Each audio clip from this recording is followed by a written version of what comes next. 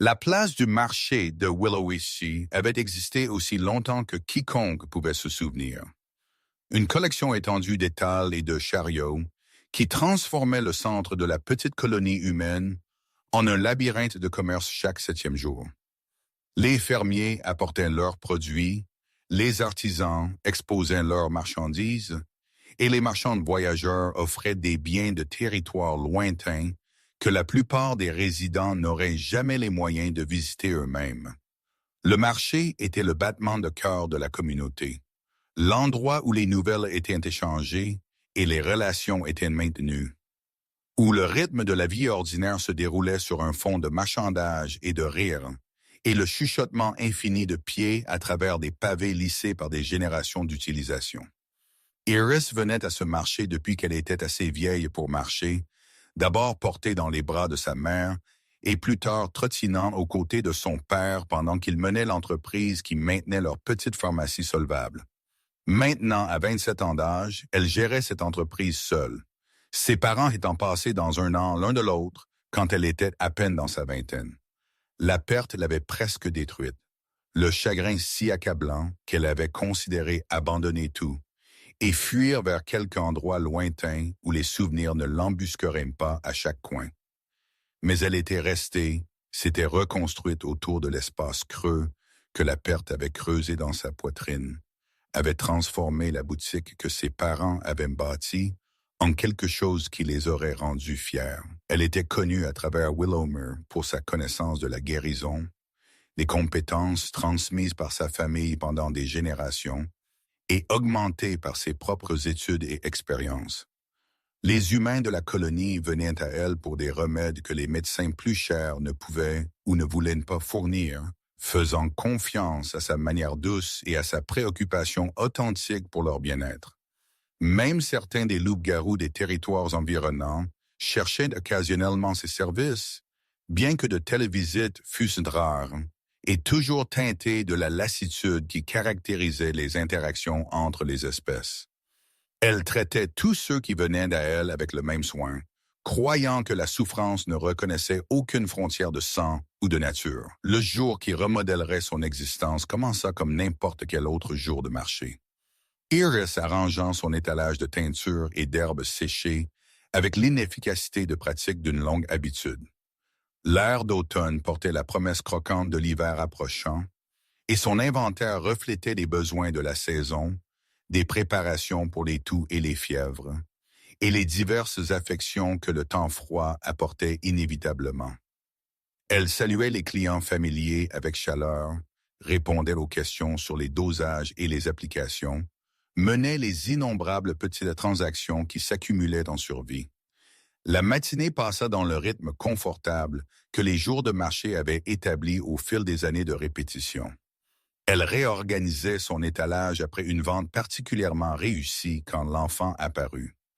La fille avait peut-être 5 ou 6 ans, petite même pour son âge, avec une masse émêlée de cheveux foncés et des yeux qui brillaient d'or avec la marque indubitable du sang de loup-garou.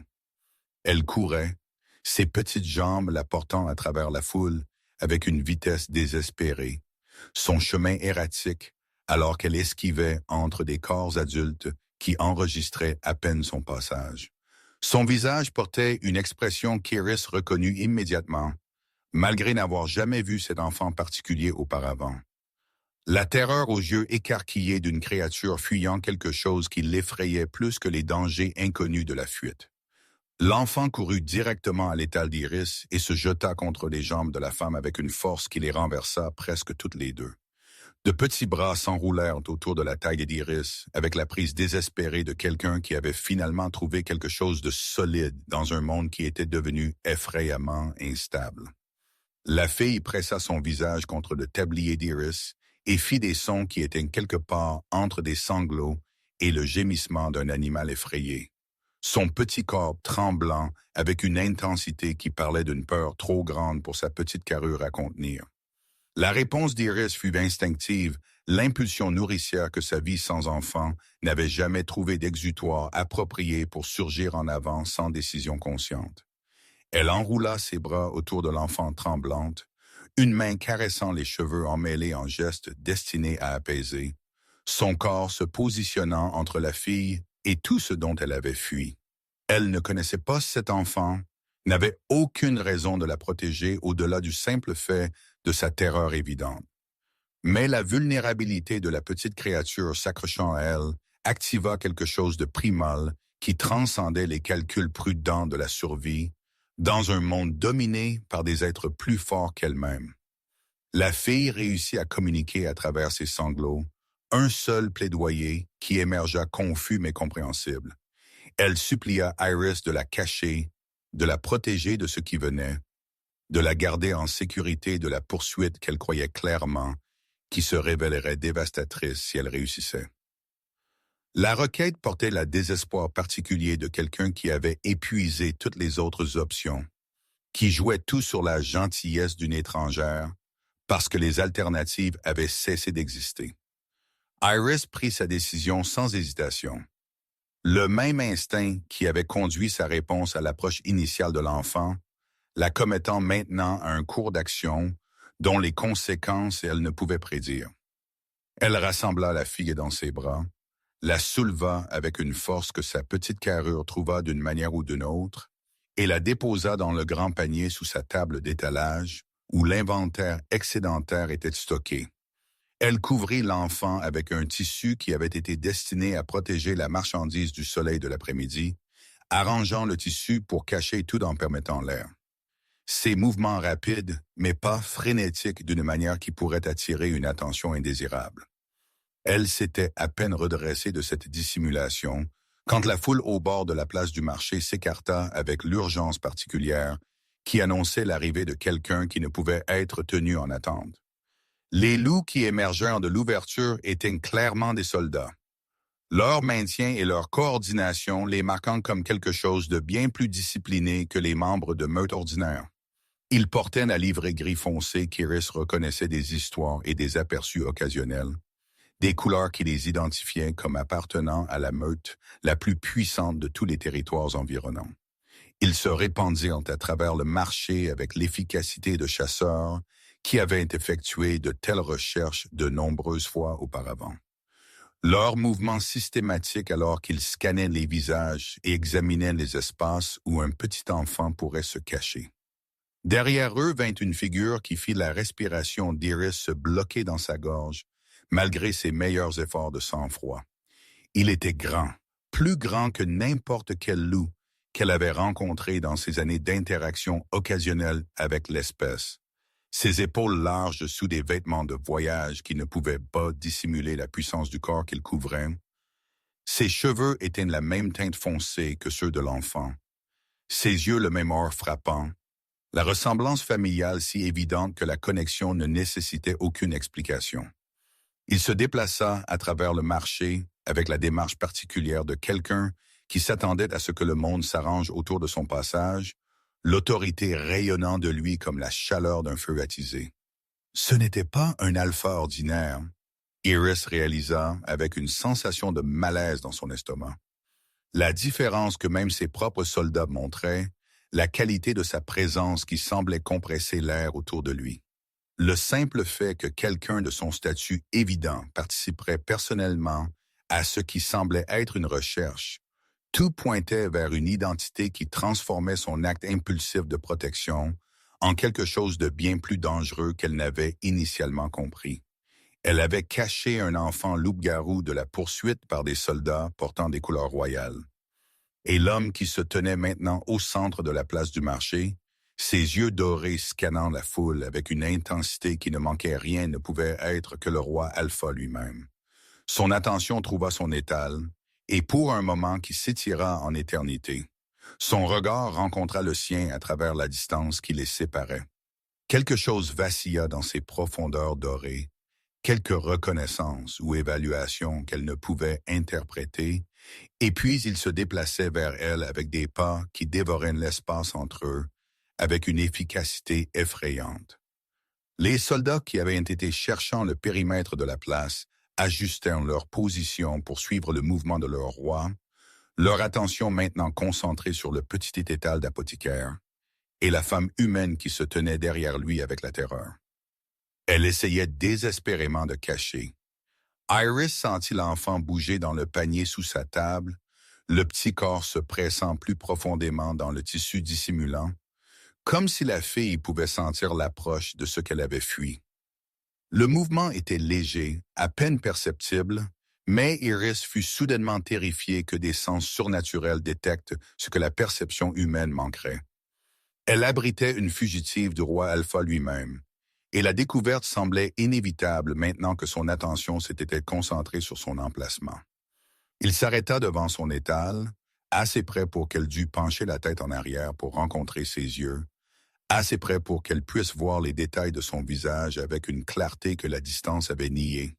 Il était plus jeune qu'elle n'avait attendu, peut-être seulement quelques années plus âgé qu'elle-même, avec des traits qui auraient pu être beaux si ce n'était de la dureté de sa mâchoire, et la froide évaluation dans son expression. Il la regarda avec l'attention particulière de quelqu'un qui était habitué à voir à travers la tromperie, et elle se sentit certaine que ses secrets étaient écrits sur son visage en lettres que sa perception surnaturelle pouvait facilement lire.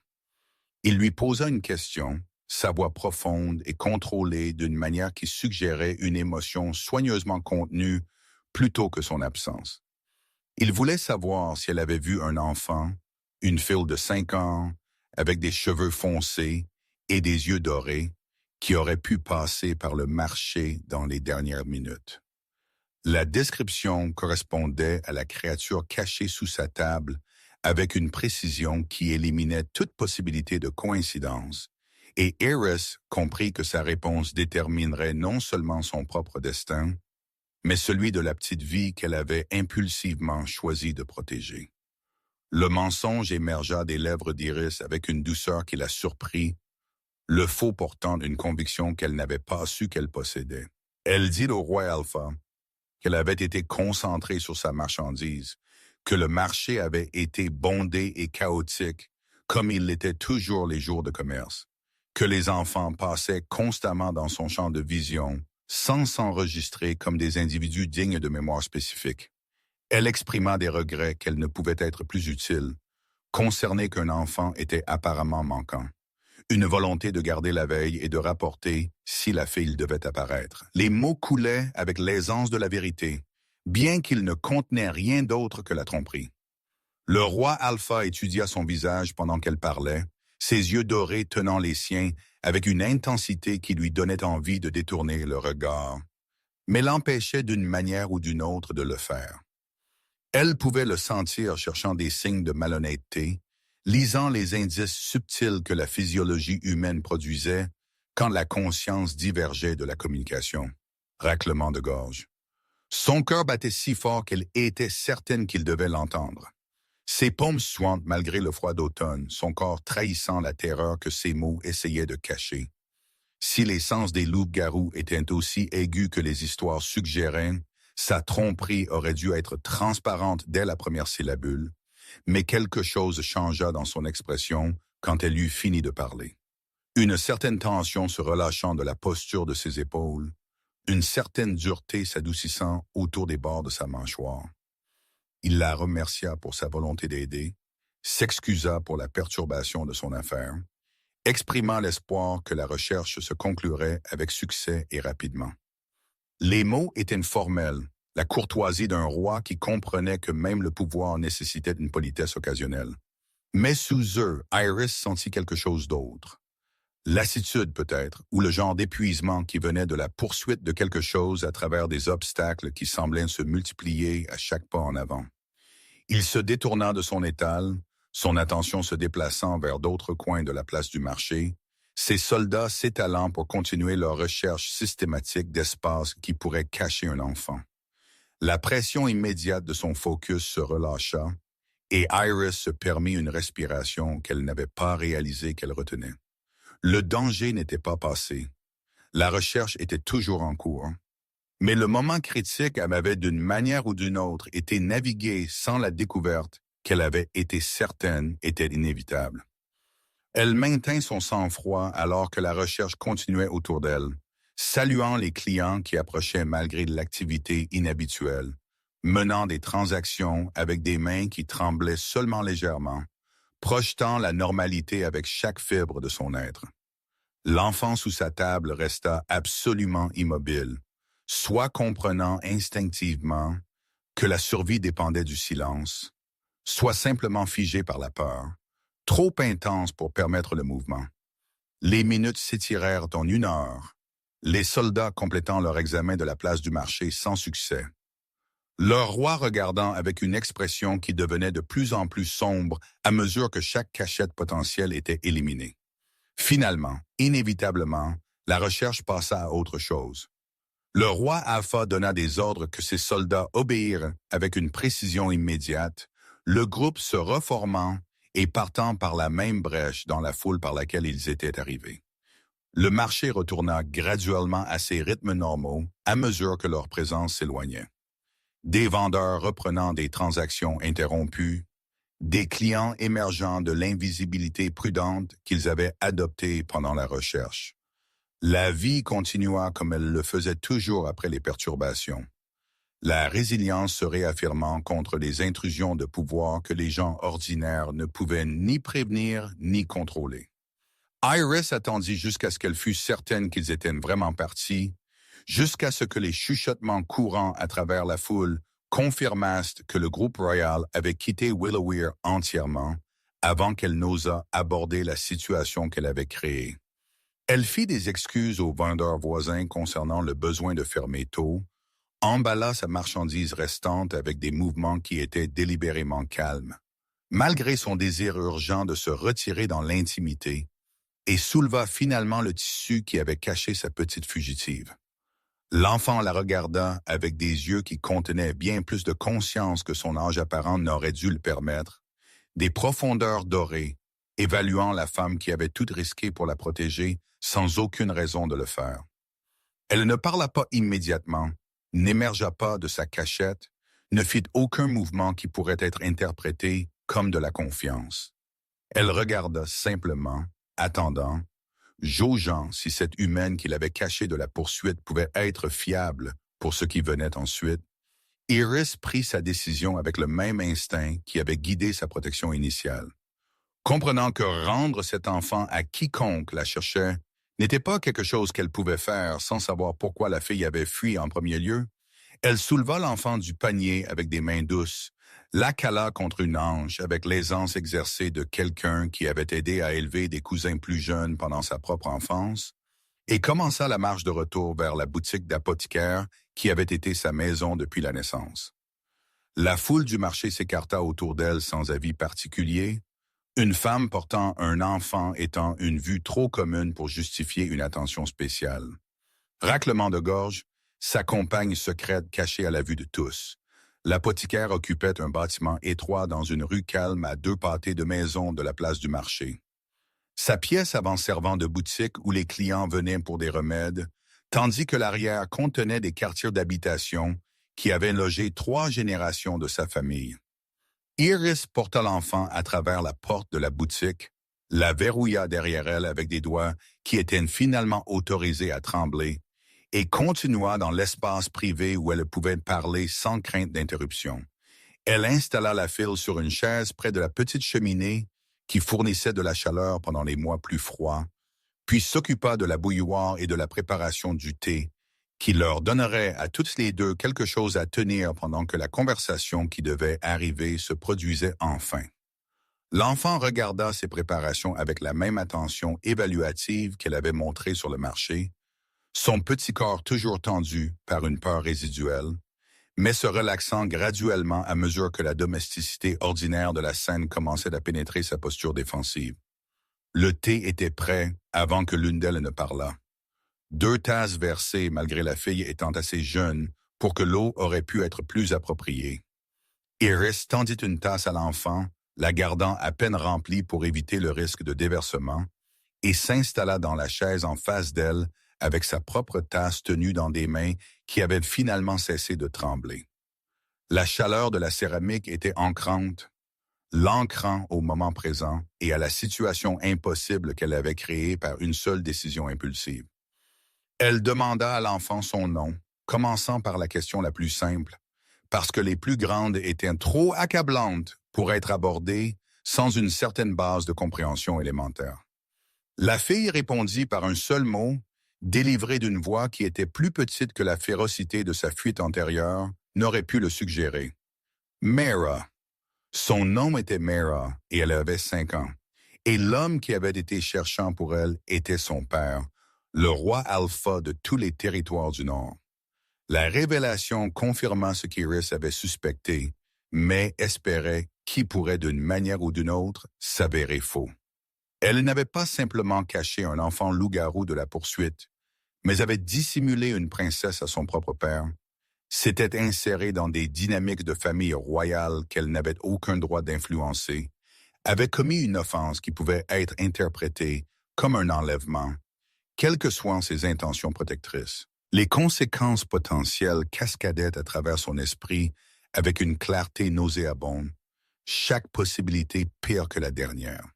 Le poids total de sa décision impulsive devenant finalement apparent. Elle demanda à Meera pourquoi elle avait couru, pourquoi elle avait fui son propre père, pourquoi elle avait été si désespérée de s'échapper qu'elle s'était jetée dans les bras d'une étrangère humaine plutôt que d'affronter ce qui l'attendait à la maison. La question était essentielle parce que la réponse déterminerait si sa protection avait été justifiée ou si elle était devenue complice de quelque chose qui défiait l'explication. Les enfants ne fuyaient pas typiquement les parents aimants, mais les enfants parfois aussi mécomprenaient des situations de manière qui créaient de la peur, là où aucune n'était justifiée. La réponse de Meera émergea lentement. Une histoire racontée en fragments par un enfant trop jeune pour un récit cohérent, mais assez vieille pour comprendre que ce qu'elle décrivait était important. Elle parla d'un palais qui était devenu froid et effrayant, d'un père qui avait changé après la mort de sa mère 2 ans auparavant, d'un chagrin si dévorant qu'il avait transformé la chaleur dont elle se souvenait en quelque chose de distant et terrifiant. Elle parla d'être laissée seule pendant des jours à la fois, pendant que son père s'occupait de devoirs qui semblaient plus importants que sa fille, de soignants qui étaient stricts et méchants, et qui la punissaient pour des infractions qu'elle ne comprenait pas, d'une vie qui était devenue insupportable malgré le luxe qui l'entourait. Elle avait couru parce qu'elle ne pouvait plus endurer, s'était échappée de ses soignants pendant un voyage à travers le territoire humain, avait fui sans destination ni plan, parce que n'importe où semblait préférable à la prison que sa maison était devenue. Elle n'avait pas attendu de gentillesse de l'étrangère qu'elle approchait, avait simplement été assez désespérée pour que même un danger incertain semblât meilleur qu'une misère certaine.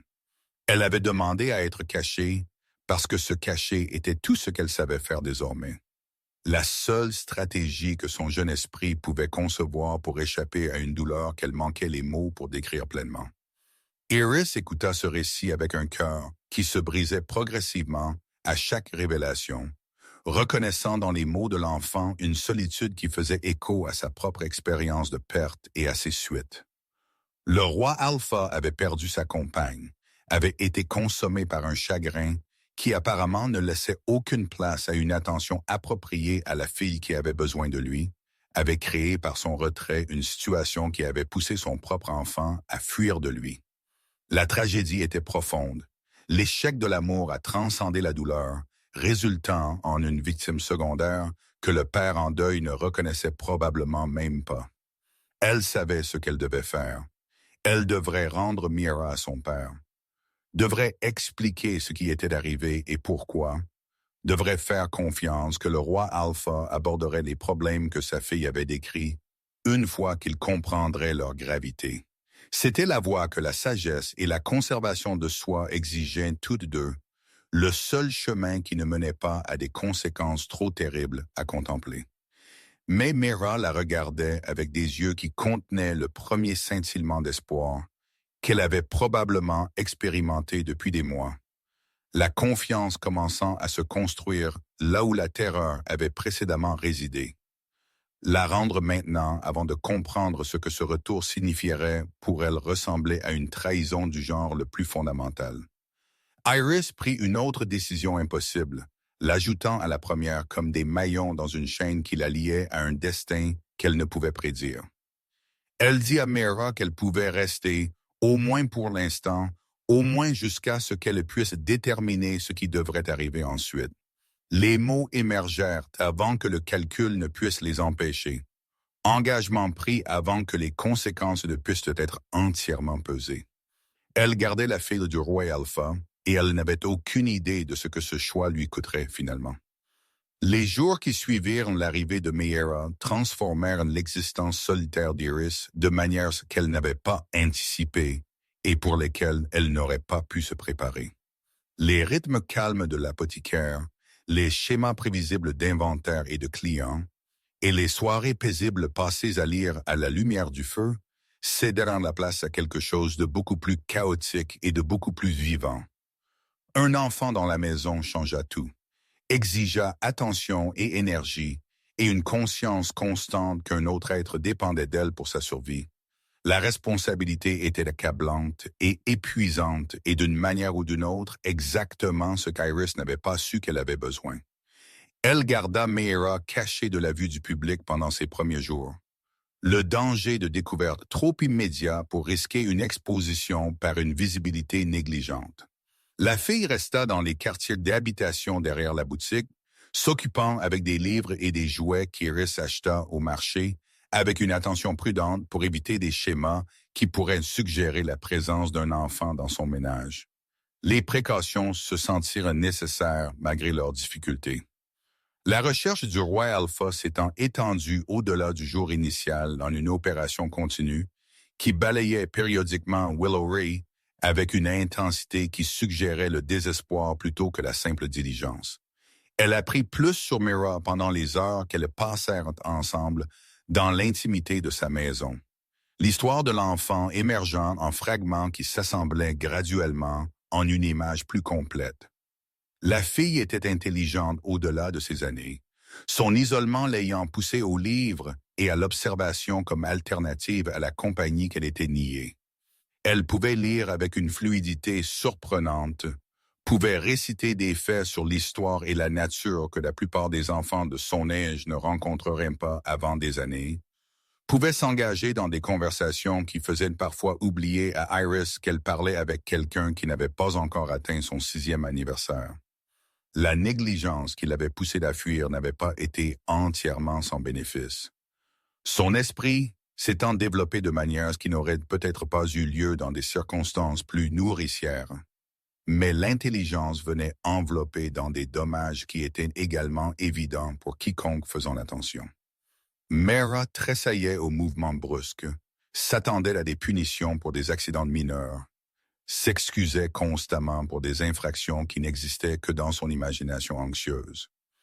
Elle mangeait avec la vitesse frénétique de quelqu'un qui avait appris que la nourriture pourrait être enlevée si elle n'était pas consommée rapidement, commandait de petits objets dans des cachettes autour de la pièce, comme si elle se préparait à la privation. Cette expérience lui avait appris à anticiper. Le comportement parlait d'un traitement bien pire qu'une simple négligence, de soignants qui avaient été cruels de manière que le récit initial de l'enfant n'avait fait qu'insinuer. Iris se trouva se transformant sous le poids de la responsabilité que la présence de Meera créait. Des aspects de son caractère émergeant que des années de survie solitaire avaient supprimés. Elle devint férocement protectrice, la douce guérisseuse qui avait bâti sa vie autour du soin des autres, maintenant concentrée sur une seule petite créature dont le bien-être était devenu le centre de son existence. Elle planifia des évasions et des contingences, identifia des chemins à travers la colonie qui permettraient une fuite rapide si la découverte menaçait, accumula des provisions qui les maintiendraient si elles avaient besoin de courir. Les calculs étaient constants, la vigilance épuisante, mais elle se trouva incapable de regretter les choix qui avaient créé cette situation. 2 semaines après l'arrivée de Meera, les groupes de recherche qui avaient été balayants à travers Willow-Ree s'intensifièrent soudainement, leur fréquence augmentant et leur exhaustivité atteignant des niveaux qui suggéraient que de nouvelles informations avaient altéré les paramètres de leur chasse. Iris observa l'activité depuis la fenêtre de sa boutique avec une inquiétude croissante, notant des schémas qui suggéraient que la recherche se contractait plutôt que de s'étendre. Se concentrant sur la zone autour de la place du marché où Mira était apparue pour la première fois, quelqu'un avait rapporté quelque chose ou quelqu'un avait déduit quelque chose, et les soldats du roi Alpha regardaient maintenant exactement à l'endroit où leur cible était réellement cachée. Le coup à sa porte 23 jours après que la recherche intensifiée eut commencé. Arrivant à une heure où les clients étaient peu probables et donc immédiatement de mauvais augure, Iris eut juste assez de temps pour envoyer Mira à l'espace de cachette qu'elles avaient préparé dans la cave, un compartiment dissimulé derrière des provisions stockées qui échapperait à une découverte occasionnelle, mais pourrait ne pas survivre à un examen approfondi. Elle approcha de la porte avec un cœur qui battait contre ses côtes, arrangea ses traits d'une expression de curiosité douce et l'ouvrit pour faire face à tout ce qui attendait au-delà. Le roi Ali, Aufeu se tenait sur son seuil, seul cette fois sans les soldats qui l'avaient accompagné pendant la recherche du marché. Il était habillé simplement, ses vêtements suggérant un désir d'éviter l'attention plutôt que l'affichage de statut que sa position aurait pu justifier. Son expression portait quelque chose qu'Iris n'avait pas vu lors de leur première rencontre. Une vulnérabilité qui adoucissait l'autorité dure dont elle se souvenait, un désespoir qui le faisait paraître presque humain, malgré la nature surnaturelle qui définissait son existence. Il demanda s'il pouvait lui parler, la requête ne portant aucun du commandement que sa position l'autorisait à employer. La courtoisie la surprit, de même que le fait qu'il était venu seul, de même que la manière dont ses yeux semblaient chercher son visage pour quelque chose au-delà de la simple information que ses mots suggéraient. Elle s'écarta pour lui permettre l'entrée, incapable de refuser sans soulever des suspicions que le refus lui-même pourrait confirmer, priant que Mira resterait silencieuse dans sa cachette, pendant que ce plus dangereux des visiteurs occupait l'espace au-dessus. Il se déplaça à travers sa boutique avec une attention qui cataloguait chaque détail. Des sens surnaturels détectant sûrement des informations que l'espace cachait malgré ses efforts de normalité. Il marqua une pause devant son étalage de remèdes, examina les étiquettes avec un intérêt apparent, commenta la qualité de ses préparations, avec une connaissance qui suggérait une familiarité avec les arts de guérison, au-delà de ce que la plupart de la noblesse affichait.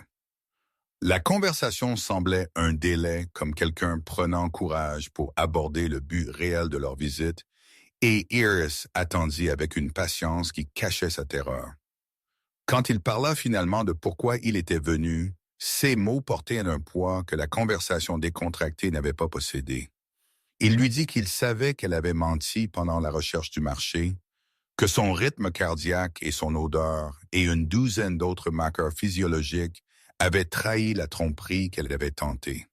Il avait su dès le moment où elle parla qu'elle cachait quelque chose, avait reconnu la qualité particulière de sa malhonnêteté qui suggérait la protection plutôt que la malice, avait suspecté de cette première rencontre que sa fille avait trouvé refuge auprès de la guérisseuse humaine, dont la compassion était évidente dans tout, de son expression à son commerce.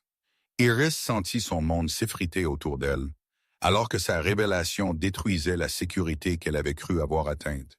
Il avait su depuis le début, avait apparemment retardé d'agir sur cette connaissance pour des raisons qu'elle ne pouvait comprendre, lui avait permis de garder sa fille pendant des semaines, pendant que des groupes de recherche balayaient la colonie en exécution d'une chasse qu'il savait déjà conclue. L'irrationalité de son comportement était aussi effrayante que la menace que sa connaissance représentait, l'incapacité de prédire ses actions, rendant toute tentative de réponse impossible. Il lui dit pourquoi il avait attendu. Les mots émergèrent avec difficulté. Confession ne venant clairement pas naturellement à quelqu'un habitué au commandement, plutôt qu'à la vulnérabilité. Il avait été effrayé, il admit, effrayé que trouver sa fille ne signifierait pas la récupérer si elle ne voulait vraiment pas revenir à lui. Il avait passé 2 ans à la regarder se retirer, avait reconnu trop tard que son chagrin détruisait la seule famille qui lui restait, avait compris des rapports de sa fuite, qu'elle avait été courant de lui spécifiquement plutôt que du danger en général. Il avait espéré que le temps pourrait fournir des réponses, que l'action immédiate ne pouvait, que permettre à sa fille de l'espace pourrait créer des conditions de retour que la récupération forcée n'atteindrait pas. Il avait enquêté sur Iris pendant l'intervalle, avait appris sa réputation et son caractère, et les circonstances de ses propres pertes qui pourraient l'équiper à comprendre les besoins d'un enfant en deuil. Il avait parié que sa fille était plus en sécurité avec une étrangère compatissante qu'elle ne le serait si elle était ramenée de force dans une maison qui était devenue une prison. Et il avait passé 2 semaines à se demander si ce pari avait été sagesse ou abdication de responsabilité. Iris écouta ce récit avec des émotions qui passèrent de la terreur à la confusion, à quelque chose qui aurait pu être le début de la sympathie. Le roi alpha qu'elle s'était attendue à affronter, la froide autorité qui punirait sa transgression, avec tout le poids de son pouvoir, n'était nulle part en évidence. Au lieu de cela, elle trouva un père en deuil dont l'amour pour sa fille s'était mêlé à une douleur qu'il ne savait pas comment traiter, dont les tentatives de protection par le retrait avaient atteint exactement l'opposé de ses intentions. Il n'était pas un monstre. Il était simplement brisé de manière que sa position l'empêchait d'aborder. Elle lui demanda ce qu'il voulait, la question émergeant du silence qui suivit sa confession. Sa réponse fut simple et d'une certaine manière dévastatrice dans sa simplicité.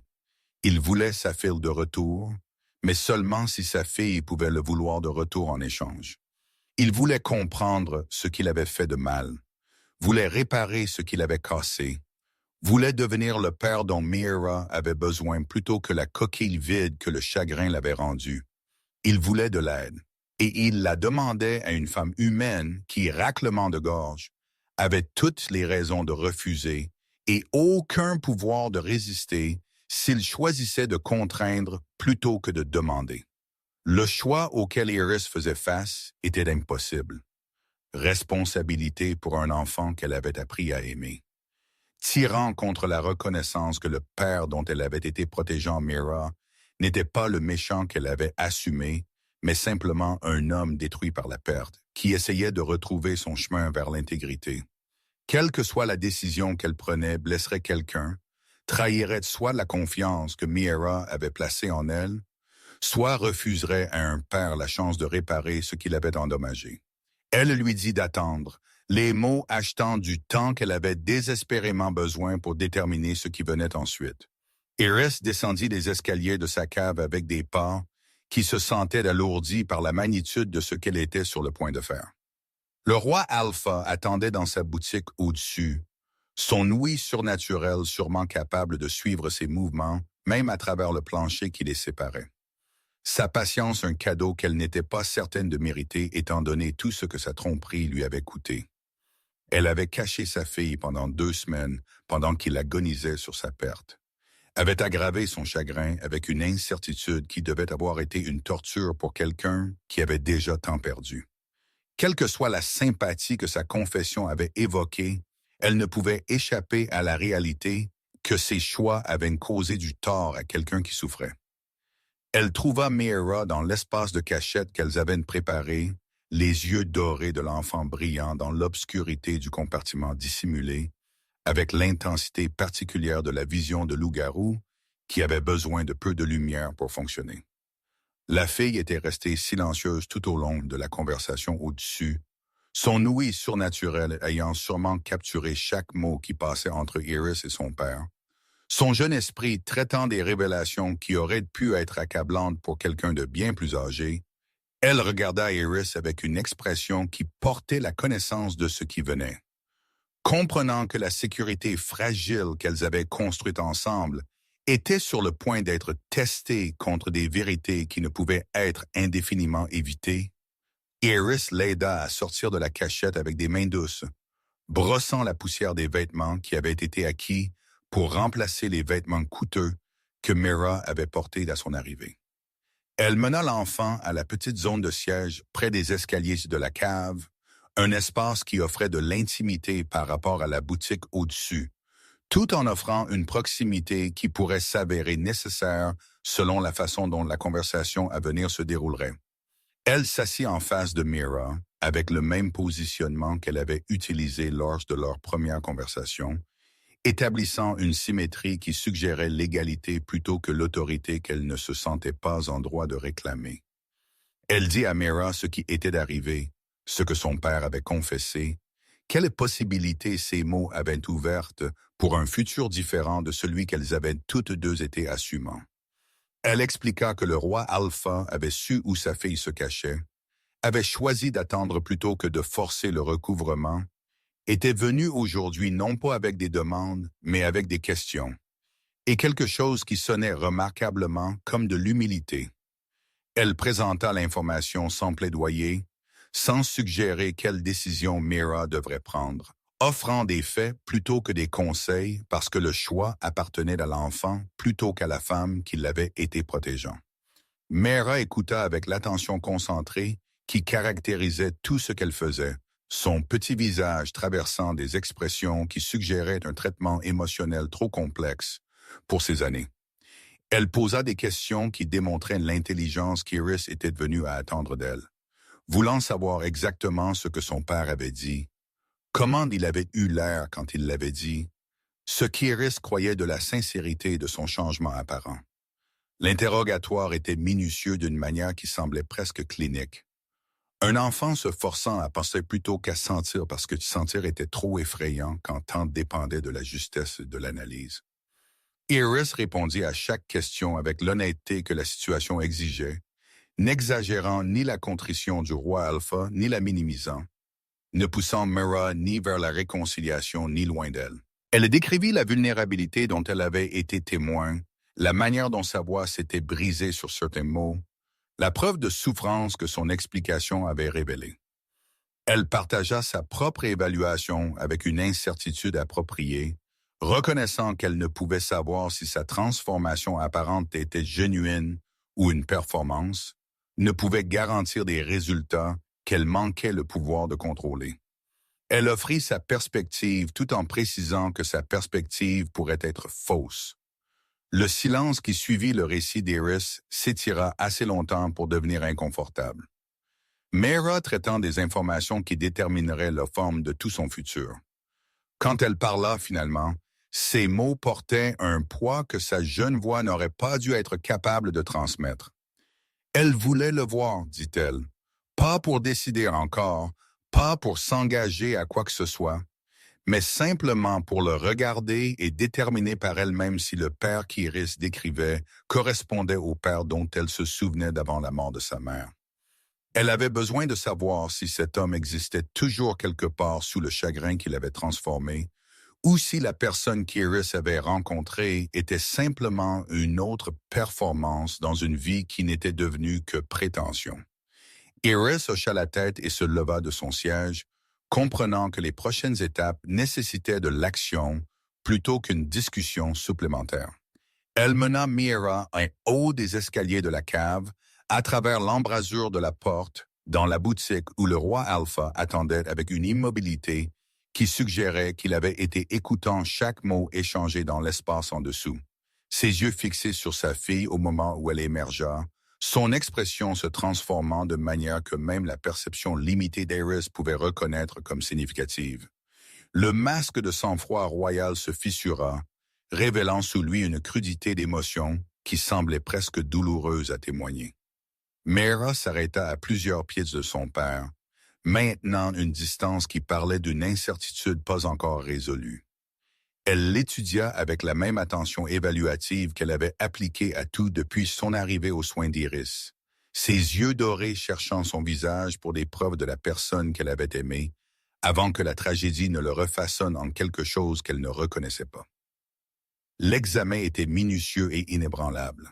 Raclement de gorge. Un enfant confrontant la source de sa peur avec un courage qui dépassait de loin ce que ses années auraient dû être capables de produire. Le roi Alpha ne bougea pas, ne parla pas, ne fit rien qui pourrait influencer l'évaluation que sa fille menait. Il se tint simplement debout et se laissa voir, vulnérable d'une manière que sa position permettait rarement, ouvert au jugement de la petite créature dont l'opinion importait plus pour lui que toute évaluation rendue par des conseillers ou des alliés. La retenue lui coûtait visiblement, ses mains serrées à ses côtés et sa mâchoire tendue par l'effort de rester passif quand chaque instinct lui criait sûrement de réduire la distance et de réclamer l'enfant qui lui manquait depuis des semaines. Meera parla finalement, sa voix portant la gravité particulière que leur situation lui avait imposée malgré sa jeunesse. Elle dit à son père qu'elle se souvenait de lui d'avant, du temps où sa mère était vivante et leur maison était chaleureuse, et elle s'était sentie en sécurité et aimée chaque moment de chaque jour. Elle lui dit qu'elle avait été cherchant pour cette personne depuis que sa mère était morte, l'attendant de revenir d'où que son chagrin l'eût emporté, espérant qu'éventuellement le père qu'elle aimait reviendrait et remplacerait l'étranger qui avait pris sa place. Elle lui dit qu'elle avait cessé d'espérer quand l'attente devint insupportable, avait couru parce que continuer à rester semblait attendre quelqu'un qui n'arriverait jamais. La confession émergea avec une fluidité qui suggérait qu'elle l'avait été composant intérieurement plus longtemps que les quelques minutes qu'elle avait été debout devant lui. Des mots qui s'étaient accumulés sur 2 ans de souffrance silencieuse, trouvant finalement l'exutoire qu'ils avaient toujours mérité. Elle ne l'accusait pas précisément, mais elle expliquait ce que son chagrin lui avait causé en termes qui rendaient le dommage impossible à minimiser ou ignorer. Elle lui montrait les conséquences de son échec à traiter sa douleur de manière qui ne détruisirent pas la personne qui dépendait de lui le plus. Le roi Alpha écouta les mots de sa fille avec une expression qui semblait s'effriter progressivement à chaque phrase qu'elle prononçait. Les révélations n'étaient pas nouvelles pour lui. Iris pouvait voir cela. Mais les entendre directement de la petite voix de l'enfant qu'il avait négligé était clairement différent de les connaître abstraitement. Il confrontait la pleine réalité de son échec. Le voyant reflété dans les yeux de quelqu'un dont l'opinion il ne pouvait rejeter ou déléguer, et la confrontation était visiblement dévastatrice. Quand Meera eut fini de parler, le silence remplit la boutique d'un poids qui semblait presque physique. Père et fille se tenaient séparés par quelques pieds d'espace et 2 ans de chagrin qui s'étaient calcifiés en quelque chose que ni l'un ni l'autre ne savaient comment dissoudre. Les prochains mots, les prochaines actions, les prochains choix détermineraient s'ils pouvaient retrouver leur chemin l'un vers l'autre ou si la distance entre eux était devenue irrémédiablement infranchissable. Iris regardait depuis sa position près de la porte de la cave, témoin d'un moment qui se sentait trop significatif pour sa présence, incertaine si elle devait rester ou se retirer, mais incapable de bouger pendant que l'impasse continuait. Son rôle en les amenant à ce point sembla soudainement non pertinent. La connexion entre parents et enfants, supplantant tout ce qu'elle aurait pu construire avec l'un ou l'autre d'eux pendant les étranges semaines qui les avaient tous réunis. Le roi Alpha fit le premier mouvement, s'abaissant à genoux jusqu'à ce que ses yeux soient au niveau de ceux de sa fille, jusqu'à ce que l'avantage physique de sa taille ne crée plus l'impression d'autorité que sa position exigeait habituellement. Le geste était une soumission d'une sorte, reconnaissance que la dynamique de pouvoir entre eux devait changer s'ils devaient avoir un espoir de reconstruire ce qui avait été cassé. Il se plaçait à sa merci, démontrant par l'action ce que les mots seuls n'auraient peut-être pas pu transmettre. Il lui dit qu'il était désolé. Les mots étaient simples, inadéquats pour la magnitude de l'échec qu'il tentait d'aborder, mais ils émergèrent avec une sincérité que même la suspicion gardée de Meera semblait incapable de rejeter entièrement. Il admit qu'il avait échoué, avait été si consommé par sa propre douleur qu'il avait oublié qu'elle se noyait dans la même perte, l'avait abandonnée à des soignants dont la cruauté il n'avait pas remarquée, parce que remarquer aurait requis d'une attention qu'il n'avait pas possédée. Il promit de faire mieux. Reconnut que les promesses signifiaient peu après tant de déceptions. Les offrit de toute façon parce qu'il n'avait rien d'autre à donner sauf l'engagement de changer. Meera l'étudia tout au long de cette confession, son expression changeant à travers des phases qu'Iris ne pouvait entièrement interpréter. Quand son père tomba silencieux, attendant une réponse avec une vulnérabilité qui semblait presque insupportable à témoigner, l'enfant fit quelque chose que personne n'avait anticipé. Elle fit un pas en avant, fermant la distance qui les avait séparés, et enroula ses petits bras autour de son cou, avec une prise qui suggérait un besoin désespéré plutôt qu'une affection décontractée. L'étreinte qui commença dans la boutique d'apothicaire d'Iris dura plus longtemps que tout geste d'affection décontractée n'aurait dû, père et fille s'accrochant l'un à l'autre, comme si la séparation pourrait s'avérer permanente s'ils relâchaient leur prise trop tôt. La carrure massive du roi Alpha sembla se replier autour de son petit enfant, protectrice d'une manière que son retrait ne lui avait pas permis d'être pendant 2 ans. Son visage enfoui contre ses cheveux foncés, tandis que des sons émergeaient de sa gorge qui auraient pu être des sanglots si la royauté était autorisée à de telles démonstrations d'émotion. Mera le tint avec une intensité égale, son petit corps tremblant, avec le relâchement de tension qu'elle avait été portant depuis avant qu'elle ne puisse se souvenir clairement, des murs s'écroulant qu'elle avait construits pour survivre à des circonstances qui n'auraient jamais dû exister. Iris regardait depuis sa position près de la porte de la cave, témoin d'une réconciliation qu'elle avait aidé à rendre possible, mais qui n'était pas vraiment la sienne à partager. Les émotions coulant entre père et fille étaient trop intenses, trop privées, trop significatives pour la présence d'un étranger, quel que soit le rôle que cet étranger avait joué en les amenant à ce moment. Elle devrait se retirer, devrait leur donner de l'intimité que l'espace exigu de sa boutique ne pouvait vraiment fournir, devrait trouver quelques tâches ailleurs qui justifieraient son absence d'une scène trop intime pour l'observation.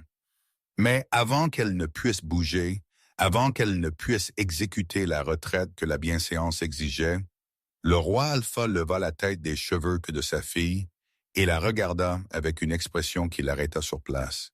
Il y avait de la gratitude dans son regard, profonde et accablante, la reconnaissance qu'elle lui avait donné quelque chose qu'il ne pourrait jamais rembourser adéquatement. Il y avait aussi quelque chose d'autre, quelque chose qu'elle ne pouvait immédiatement identifier, une intensité d'attention qui semblait suggérer qu'elle était devenue significative pour lui de manière qui allait au-delà de la simple appréciation pour ses soins de son enfant. Il lui dit qu'il lui devait une dette qui transcendait toute obligation ordinaire. Sa voix était rauque d'émotion que leur réunion avait provoquée. Le sang-froid habituel du roi Alpha abandonné au lendemain de l'étreinte qui venait de se conclure. Il dit qu'elle avait protégé sa fille quand la protection était nécessaire, avait fourni amour et sécurité quand ses propres échecs avaient rendu ces choses indisponibles, avait risqué tout pour abriter un enfant qui n'avait aucune revendication sur sa compassion, sauf la revendication que toutes les créatures souffrantes tenaient sur les cœurs décents.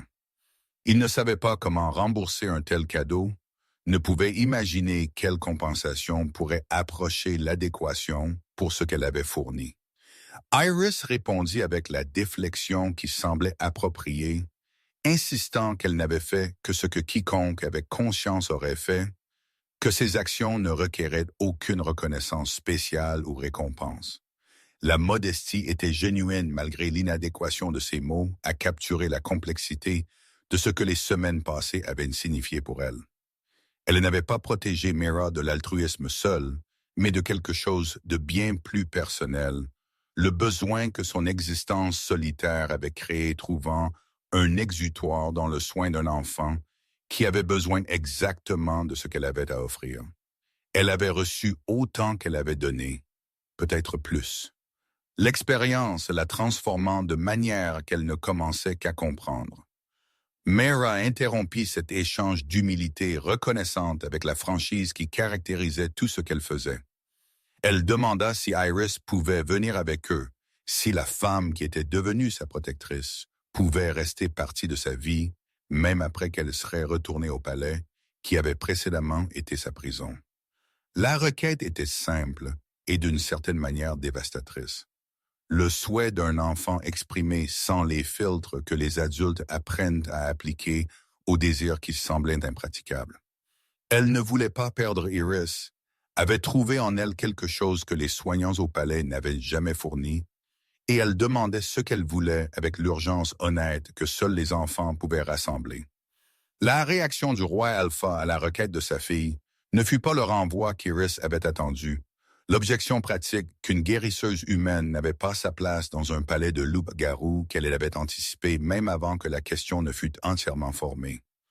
Au lieu de cela, quelque chose vacilla à travers ses traits qui aurait pu être de l'espoir, une possibilité lui venant à l'esprit qu'il n'avait pas précédemment considérée, son attention se déplaçant entre sa fille et la femme qui avait capturé sa confiance, avec une évaluation qui semblait calculer le potentiel plutôt que de simplement évaluer l'impossibilité. Il demanda à Iris si elle considérerait un tel arrangement, la question émergeant avec une neutralité prudente qui semblait conçue pour éviter la pression, tout en communiquant un intérêt genuin pour sa réponse. Il expliqua que Mira aurait besoin de soutien pendant la transition de retour à la vie de palais, quelqu'un qu'elle faisait confiance pour l'aider à naviguer des changements qui seraient difficiles même dans des circonstances idéales. Il nota que les guérisseurs du palais, bien que compétents, manquaient les compétences particulières que la formation humaine d'Iris fournissait, des compétences qui pourraient s'avérer précieuses à un ménage qui incluait des humains parmi son personnel et ses serviteurs. Il présenta des justifications pratiques, mais quelque chose dans son ton suggérait que la praticité n'était pas la seule motivation conduisant son offre. Iris se trouva face à une décision qu'elle n'avait pas anticipée. Un autre choix impossible ajouté à la chaîne de choix impossibles qui avait commencé quand Mira courut pour la première fois dans ses bras, pleurant pour protection. Quitter Willamar signifierait abandonner la vie qu'elle avait construite. La boutique qui avait été l'héritage de sa famille pendant des générations, la communauté qu'il avait connue depuis la naissance. Cela signifierait entrer dans un monde pour lequel rien dans son expérience ne l'avait préparé, entouré de loups-garous dont les attitudes envers les humains allaient de l'indifférence à l'hostilité active. Cela signifierait jouer tout sur un futur qu'elle ne pouvait prédire, faisant confiance à des gens qu'elle avait connus pendant des semaines au plus avec toute son existence. Mais rester signifierait perdre Mira, regardant l'enfant qu'elle était venue aimer retourner à un monde qu'Iris ne pouvait entrer, se demandant toujours si elle prospérait ou souffrait sans aucun moyen de vérifier ou d'intervenir. Cela signifierait retourner à la vie solitaire que l'arrivée de Mira avait révélée comme insuffisante, acceptant l'isolement comme son destin, quand la connexion s'était avérée possible, malgré tous les obstacles qui auraient dû l'empêcher. Cela signifierait la sécurité, certainement, mais une sécurité qui maintenant se sentait plus comme un emprisonnement que de la protection. Elle demanda du temps pour considérer la requête, achetant de l'espace dont elle avait besoin pour examiner une décision trop significative pour une réponse immédiate. Le roi Alpha accepta sa requête avec la même patience qu'il avait montrée tout au long de leur étrange interaction, sa compréhension évidente dans une expression qui suggérait qu'il reconnaissait la magnitude de ce qu'il demandait. Il lui dit qu'il attendrait, qu'elle pourrait envoyer un message au palais quand elle aurait atteint sa conclusion, que ni lui ni Mira ne la presserait vers un résultat qui devrait être le sien seul à déterminer. Le départ qui suivit fut doux plutôt que brusque. Le roi Alpha clairement réticent à se séparer de la fille qu'il avait finalement récupérée. Mais comprenant que forcer un retour immédiat pourrait endommager la fragile réconciliation qu'ils avaient atteinte, il dit à Mira qu'elle pourrait rester avec Iris jusqu'à ce que la femme humaine ait pris sa décision, qu'il reviendrait dans 3 jours pour recevoir sa réponse, que le confort de sa fille pendant cette période de transition importait plus que son propre désir de l'avoir immédiatement à la maison. La concession était significative, preuve du changement qu'il avait promis de démontrer par l'action, plutôt que de simplement le revendiquer en mots. Mira regarda son père partir avec une expression qui mêlait l'espoir à une incertitude persistante. Les blessures de 2 ans pas guéries par une seule étreinte, quelle que soit la signification que cette étreinte avait été.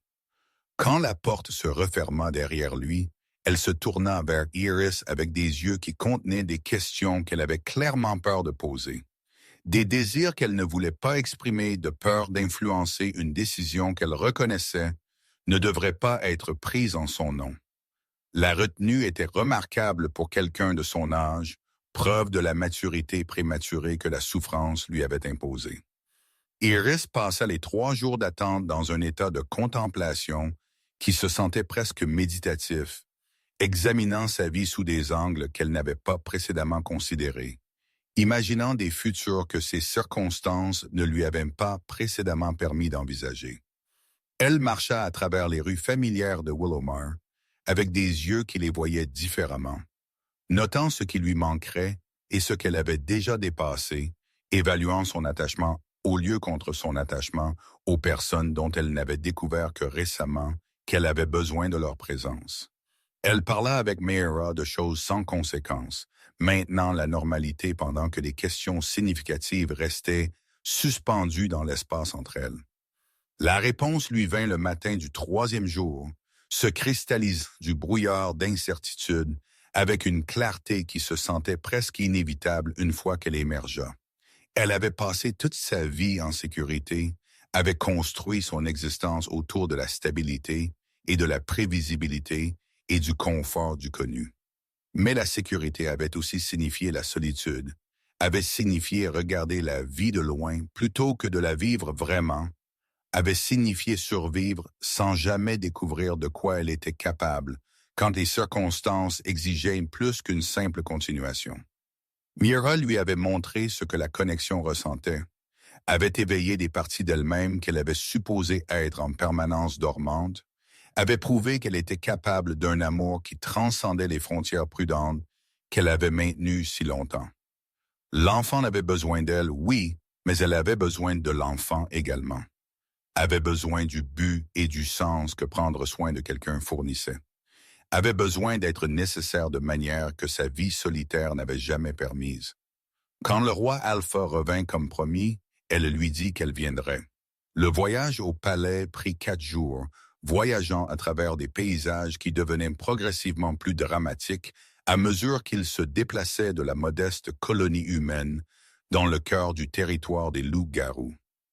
Iris monta dans une calèche que le roi Alpha avait fournie, son confort dépassant de loin tout ce qu'elle avait précédemment expérimenté, tandis que Meera alternait entre s'asseoir à ses côtés et monter avec son père à cheval quand son énergie exigeait un engagement plus actif que ce que la calèche permettait.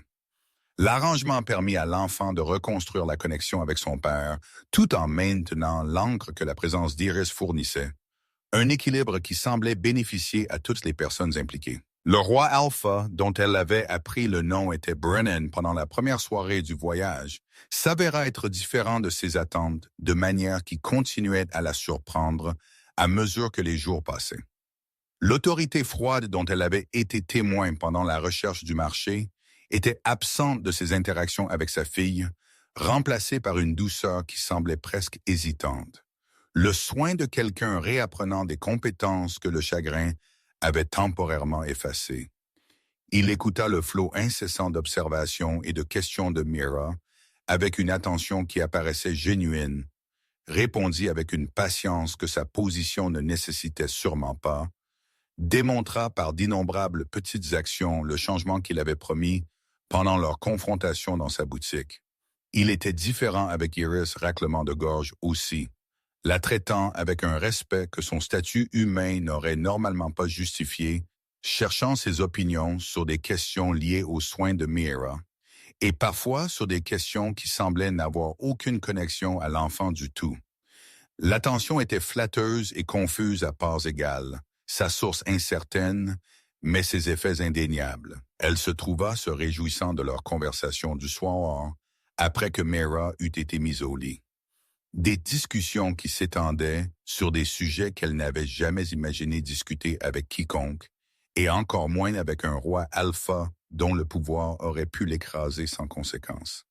Elle se trouva divertissant des possibilités que sa position aurait dû rendre impossible à considérer. La reconnaissance d'un sentiment mutuel vint un soir qui avait commencé assez ordinairement. Brennan visitant les quartiers qui avaient été assignés à Iris et Meera pour dire bonne nuit à sa fille avant qu'elle ne dorme.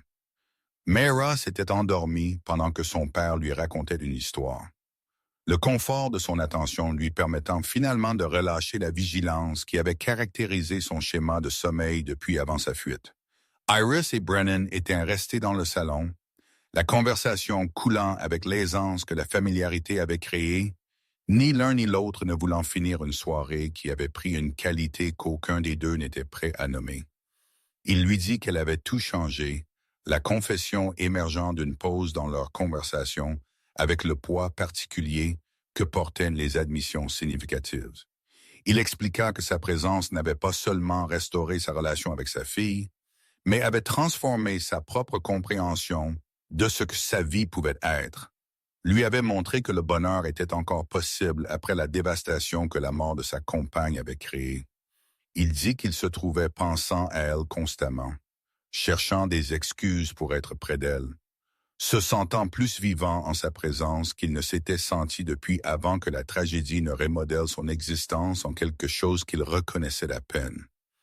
Iris écouta ces mots avec un cœur qui battait malgré ses efforts de sang-froid, l'espoir et la peur s'entremêlant dans sa poitrine avec une intensité égale.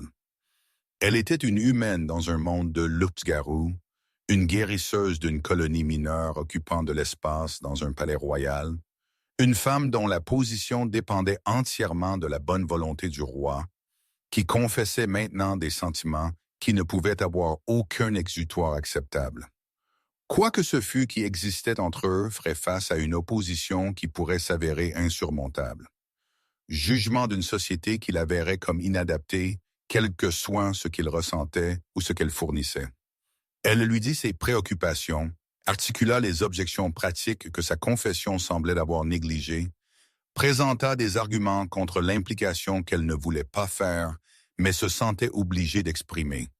Elle le protégeait de lui-même, ou peut-être se protégeait elle-même d'espoir qu'elle ne pouvait se permettre de cultiver, les vieilles habitudes de survie prudente, s'affirmant contre la vulnérabilité que l'amour exigeait.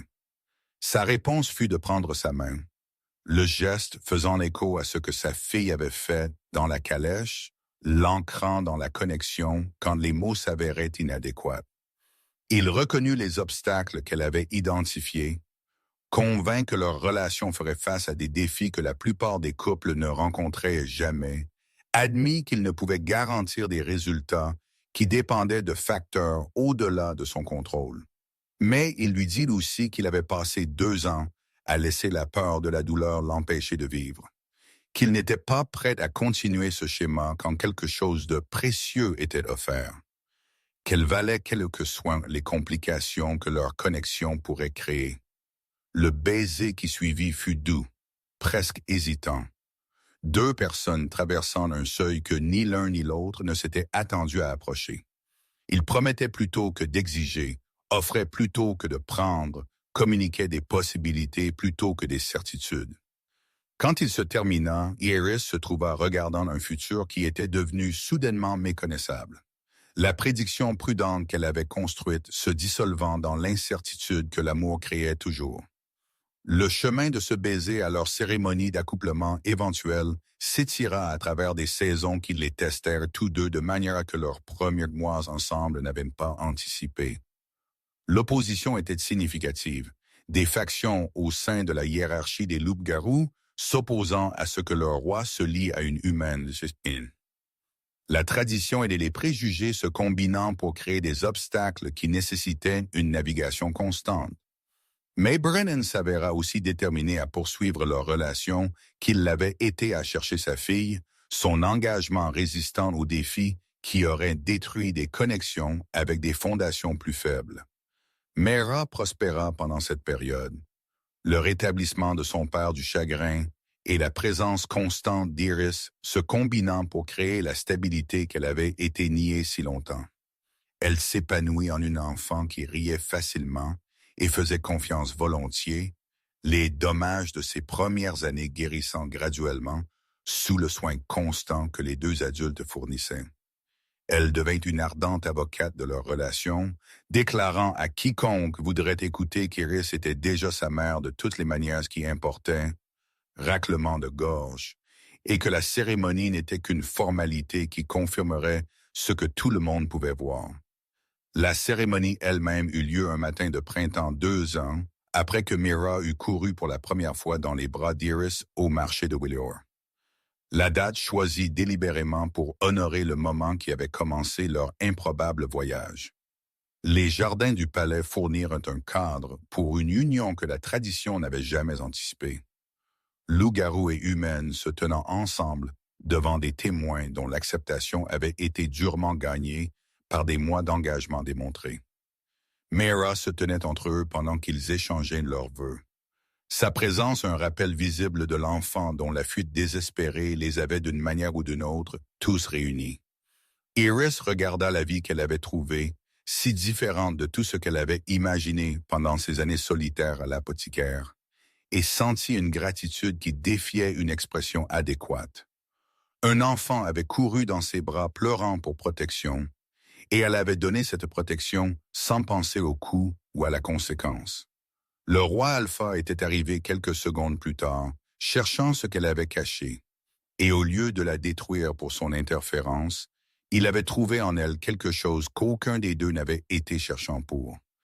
L'amour avait grandi des débuts les plus improbables. Une famille s'était formée d'étrangers liés seulement par un moment de connexion désespérée, et le bonheur avait émergé de circonstances qui auraient dû produire seulement la tragédie.